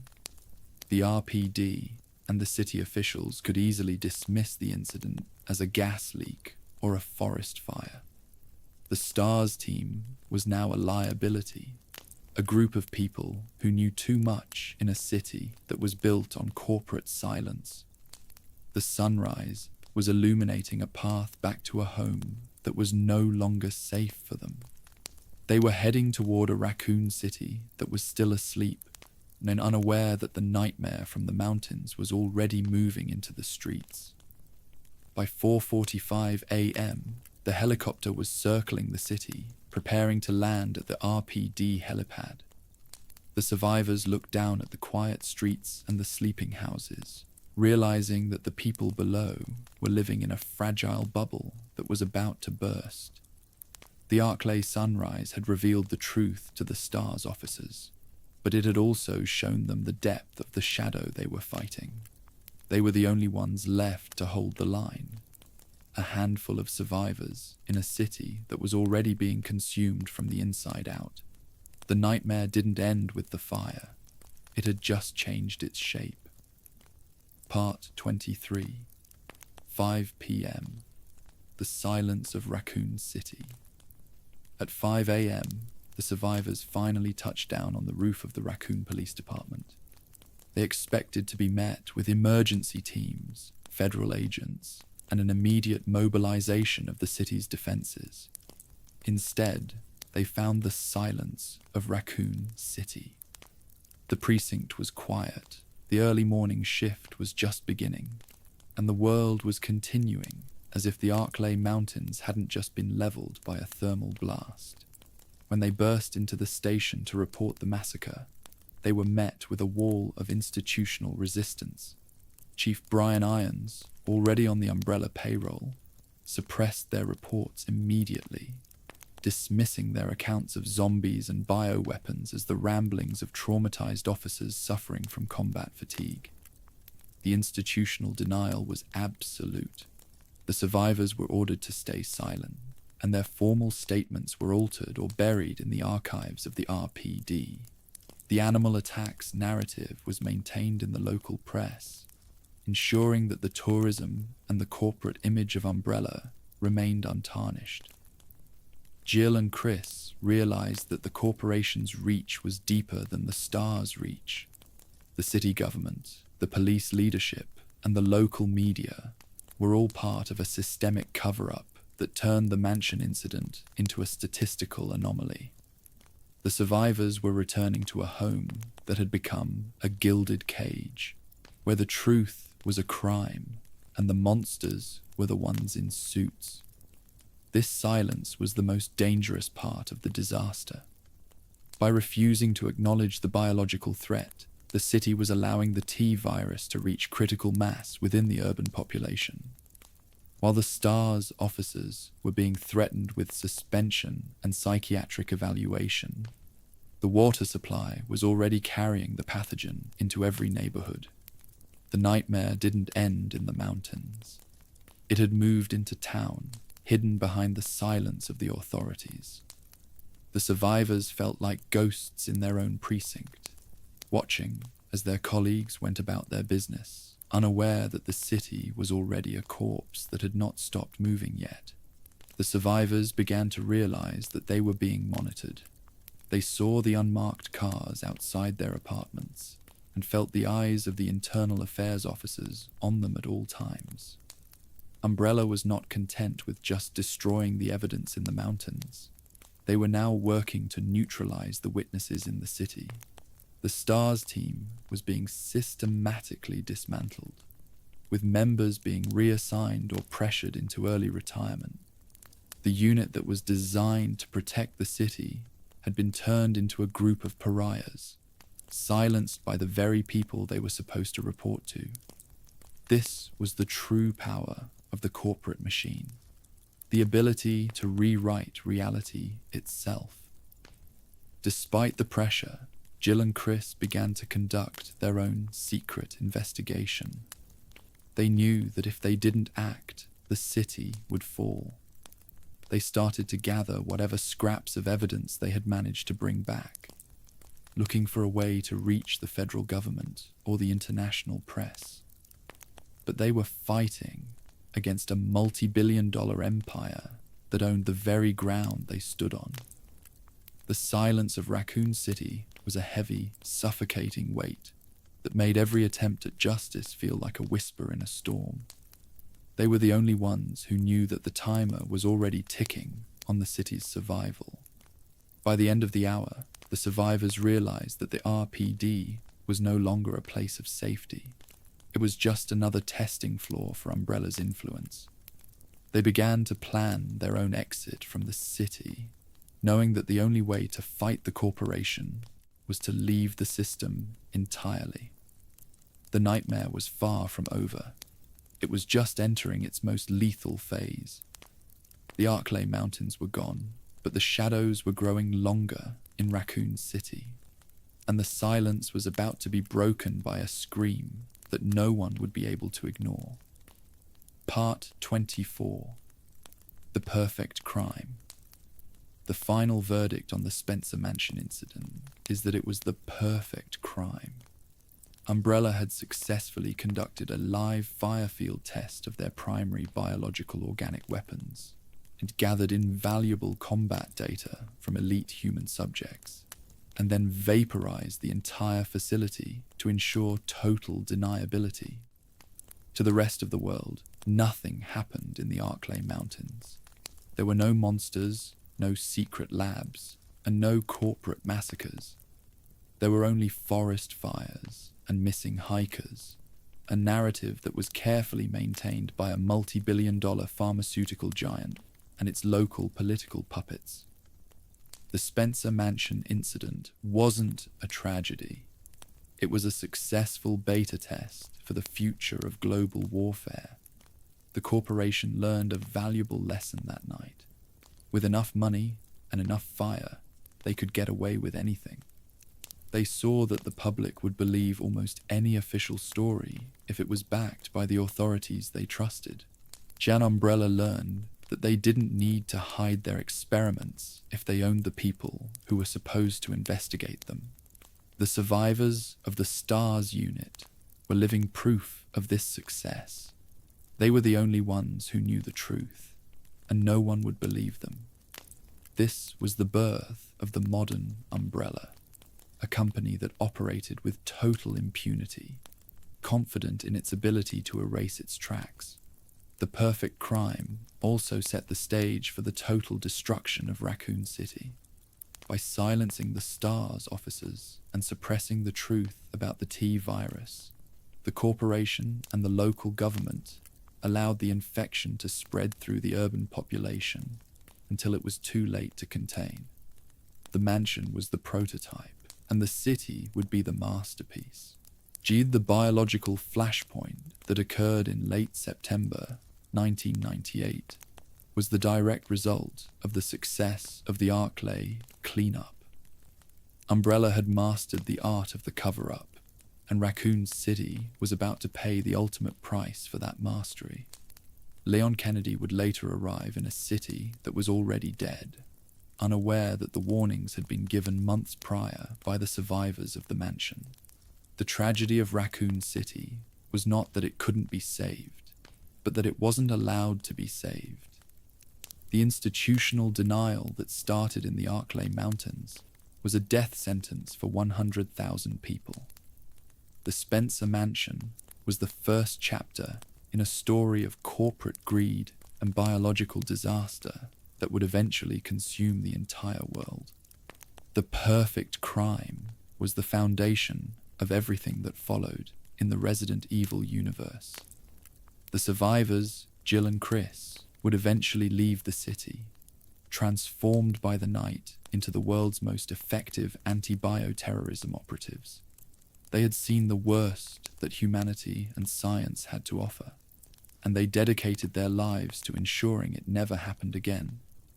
But they would always be haunted by the memory of the mansion, the architecture of agony, the tragedy of Lisa Trevor, and the betrayal of Albert Wesker.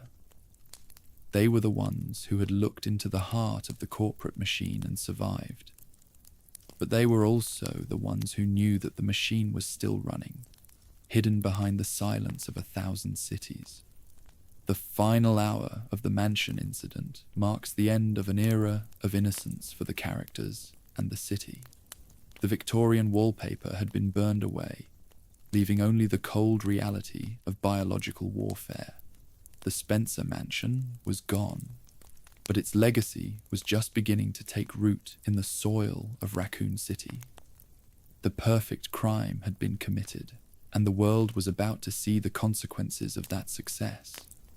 The nightmare wasn't ending. It was just getting started, and the only thing more dangerous than the T virus was the silence that allowed it to thrive.